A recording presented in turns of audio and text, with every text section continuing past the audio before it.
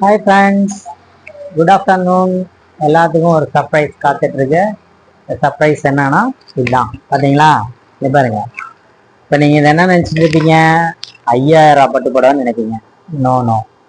சரி, 2500 வரும்னு நினைப்பீங்க. அதுவும் இல்லை.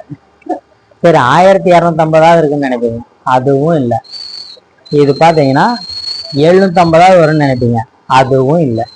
இது பார்த்தீங்கன்னா வெறும் 500 தான். அதுலேயும் நீங்கள் காம்போ ஆஃபர் மாதிரி 3 சேரீ எடுத்தீங்கன்னா நாங்கள் 450 போட்டு தருவோம். இது பார்த்தீங்கன்னா ஆடி ஆஃபருங்கிறதுனால தான் இந்த ரேட்டு.